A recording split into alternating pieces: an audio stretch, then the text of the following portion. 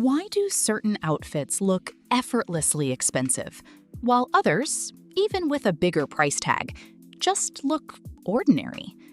It's not the brand, it's not the price, it's the color.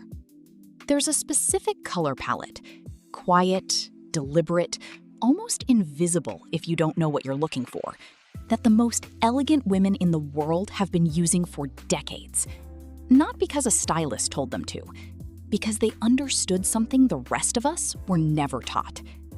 Today, we're decoding that palette, the rich color palette, the one that makes a $40 blouse look like it came from a Paris atelier, and a $5 necklace look like an heirloom. Stay with me, because by the end of this video, you'll never look at your closet the same way again. Let's start with the truth almost nobody says out loud. Expensive-looking women are not wearing more colors. They're wearing fewer. Point 1. The rich never dress in noise. They dress in tone. Think about the last time you saw someone who just looked quietly wealthy. Not flashy, not loud, just composed. Chances are they weren't wearing 5 different colors fighting for attention. They were wearing 2, maybe 3, that all lived in the same emotional register. A cream turtleneck, a camel coat, maybe a chocolate brown boot. Nothing screaming, everything speaking the same language. This is the first secret of the rich color palette. Restraint isn't boring, it's confidence. When you limit your palette, you're telling the world you don't need decoration to be noticed. You already are. Compare that to an outfit with red shoes, a green bag, a printed top, and gold jewelry. Individually, none of those pieces are wrong, but together, they compete. And competition reads as trying. Elegance never tries. It simply is. So here's your first shift. Before you get dressed tomorrow, ask yourself one question. Not, does this match, but does this feel like one story? A cohesive palette is a sentence. A chaotic one is just noise. Point 2. Warmth reads as wealth. Coolness reads as cost-cutting. This one surprises people every time. There's a reason old money color palettes lean so heavily into warm neutrals. Camel, cream, chocolate, warm taupe, soft gold. Instead of stark whites, icy grays, or neon brights. Warm tones evoke natural materials. Cashmere, leather, wool, silk. These are fabrics the eye associates with time, craftsmanship, and quality. Cool, synthetic-leaning colors, think bright turquoise, stark black and white contrast, or artificial pastels, often read as mass-produced, because that's exactly the palette fast fashion leans on to catch your eye in a crowded store. Think about the last luxury boutique window you walked past. Chances are, the mannequins weren't dressed in neon. They were dressed in ivory, sand, espresso, and soft caramel. That's not an accident. That's decades of visual psychology, refined by brands that understand exactly how the eye associates color with value. This is why a beige trench can look more expensive than a bright red one, even if the red one cost more. Warmth signals earned elegance. Coolness, when overused, signals effort without depth. Point 3.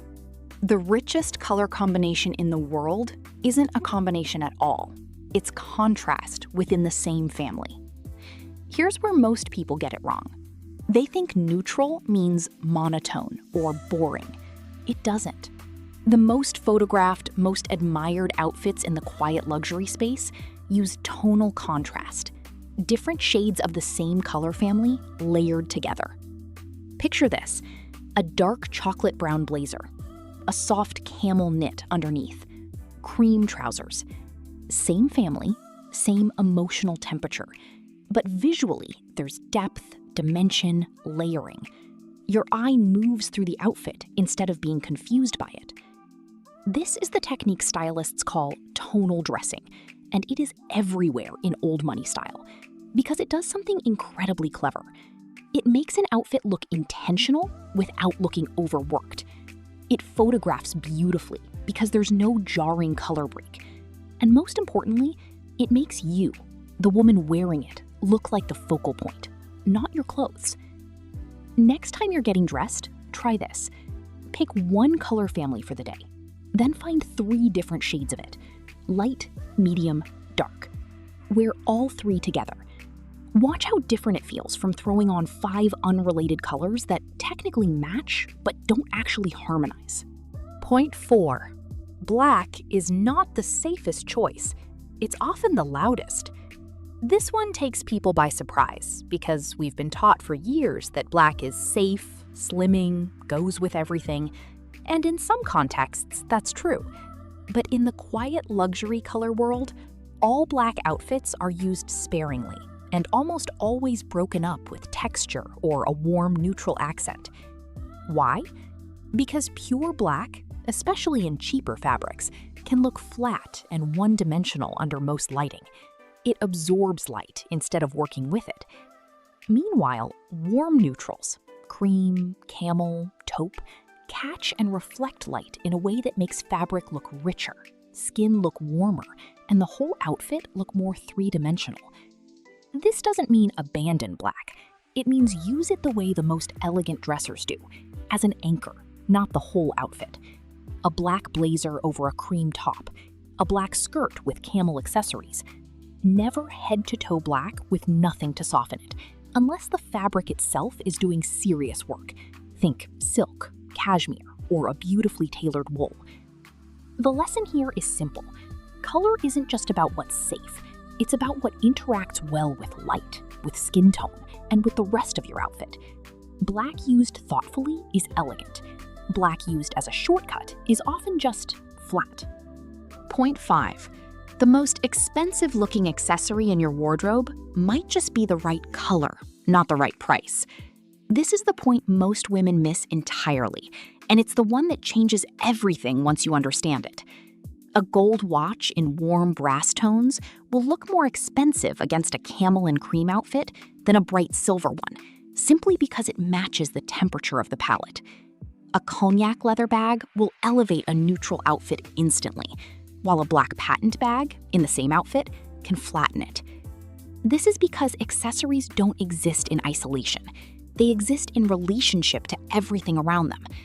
When your jewelry, your bag, your shoes, and your clothing all sit in the same warm tonal family, your brain reads the whole look as curated, even if every single piece was purchased on a budget. This is, quite literally, how quiet luxury works. It was never about the logo. It was never about the price tag. It was about understanding that color harmony creates a visual signal your brain reads instantly as put together, and put together reads as expensive, whether or not it actually was. So let's bring this all together, because by now, you've probably already started rethinking your closet. The rich color palette isn't a rule book, it's a filter.